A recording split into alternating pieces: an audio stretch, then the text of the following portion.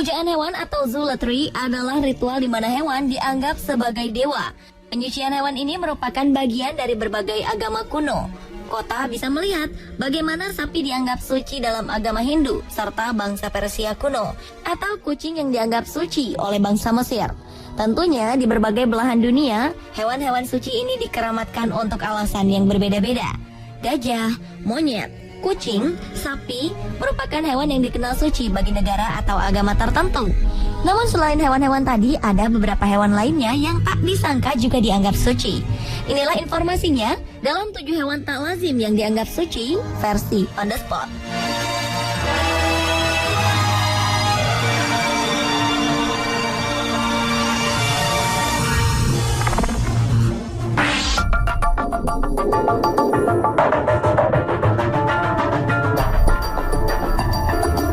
Hewan tak lazim pertama adalah rusa. Rupanya rusa dianggap sebagai hewan yang suci di Jepang, khususnya di Nara yang terletak di prefektur Nara. Jangankan mengusir kehadiran kumpulan rusa pun dianggap tabu.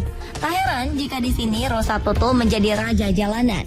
Menurut legenda setempat, dahulu kala dewa bernama Takemikazuchi datang ke kota ini dengan menunggangi seekor rusa putih. Karena itulah rusa dianggap sebagai hewan suci. Kini mobil pun harus mengalah saat sang rusa tutul tengah melintas. Pada 1880 silam, telah dibangun sebuah taman seluas 600 hektar khusus untuk tempat tinggal bagi 1.200 rusa.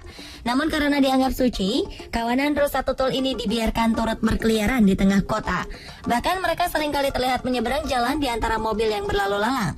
Meski kadang menjadi biang kemacetan, masyarakat di Nara telah terbiasa dengan kehadiran rusa-rusa ini. Di sini tersedia rambu-rambu peringatan yang didirikan untuk mendahulukan rusa menyeberang.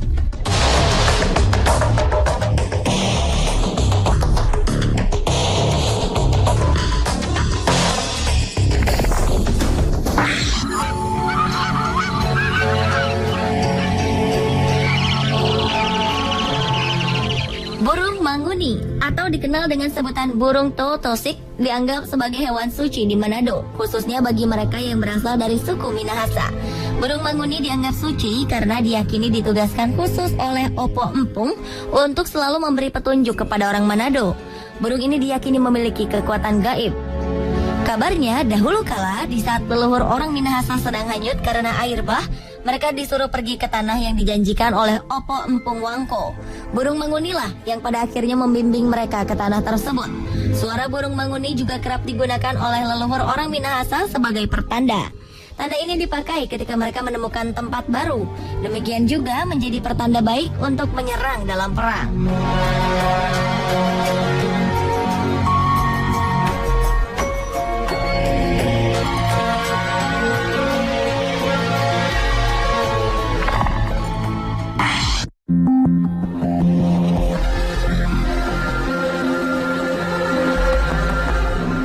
Bagi orang Indian, bison memiliki banyak arti, tak hanya sebagai simbol kekuatan, tapi tulang kaki suci bison dipercaya dihuni oleh roh penolong dan kebaikan.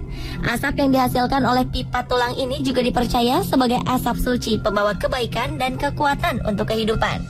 Pipa ini juga dipakai sebagai cenderamata, tanda penghargaan, pesan perdamaian, atau kesepakatan kerjasama dengan suku atau bangsa lain yang bersahabat dengan mereka. Karena dianggap begitu keramat, bison atau Yansi dipakai sebagai nama anggota suku mereka. Seorang anak yang namanya terdapat kata Yansi diharapkan akan menjadi anak yang kuat, cepat mencapai kedewasaan berpikir, dan selalu dilindungi roh supranatural dari bison. Kadang mereka juga menambahkan nama Yansi sebagai penghargaan untuk pahlawan dalam peperangan.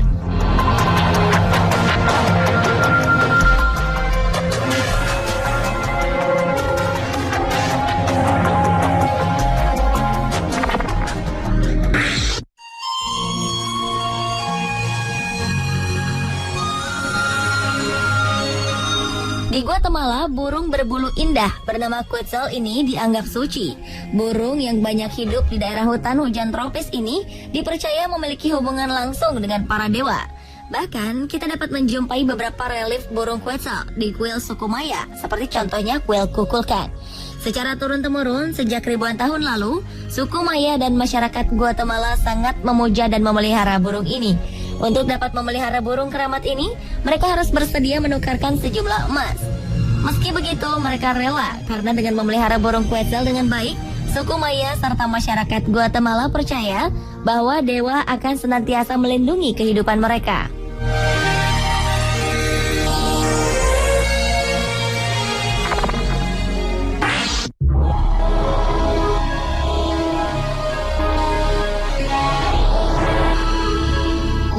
Berbagai tradisi pemujaan hewan memang masih terpelihara hingga kini. Namun selain gajah atau monyet, ternyata India juga menganggap tikus sebagai hewan suci. Bahkan sebuah kuil sengaja dibangun dan didedikasikan untuk hewan pengerat ini. Kuil ini memiliki arsitektur indah dengan panel marmer dan ukiran perak. Kuil ini bernama Kuil Karnimata, terletak di Gurun Thar, tepatnya di daerah Bikaner ini merupakan tempat tinggal bagi tak kurang dari 20.000 ekor tikus yang dipercaya sebagai hewan suci. Tikus-tikus di Karnimata dikenal dengan nama Kabas, yang berarti anak kecil. Secara rutin mereka diberi makan berupa biji-bijian, susu, serta kelapa. Tikus-tikus ini dipelihara secara sukarela. Beberapa orang juga tinggal di dalam kuil untuk merawat dan membersihkan bangunan kuil setiap hari. Para pengunjung percaya bahwa sisa makanan para tikus bisa membawa berkah dan nasib baik. Penduduk setempat percaya jika ada tikus yang mati karena ditelantarkan atau dibunuh, maka keberadaannya harus digantikan dengan tikus dari perak atau emas. Mereka juga percaya bahwa tikus-tikus ini dapat melindungi seluruh desa Karnimata.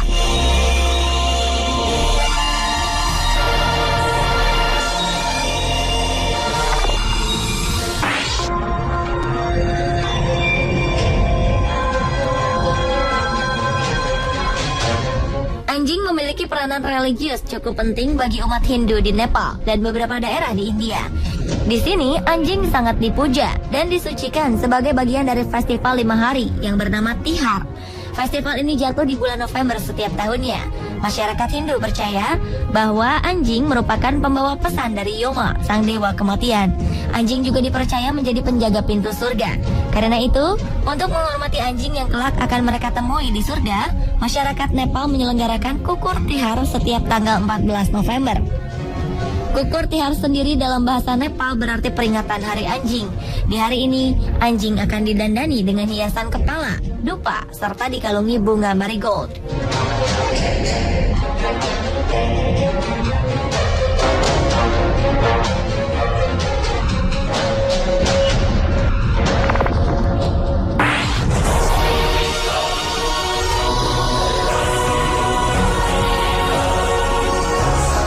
Bagi masyarakat adat Melayu dan Talang Mamak, harimau biasa disebut rimau. Bagi mereka, rimau dianggap sebagai dewa atau datuk.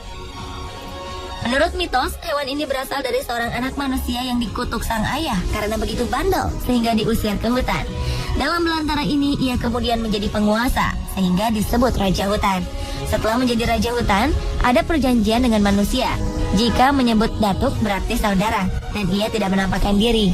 Namun jika menyebut harimau berarti musuh. Mereka juga percaya datuk akan marah jika mereka melanggar hukum adat dan merusak hutan. Berdasarkan mitos dan kepercayaan ini, orang Melayu dan Talang Mamak tidak mau membunuh harimau. Dalam kepercayaan masyarakat tradisional, dewa harimau berfungsi menjaga kerukunan masyarakat dan keseimbangan makhluk di bumi.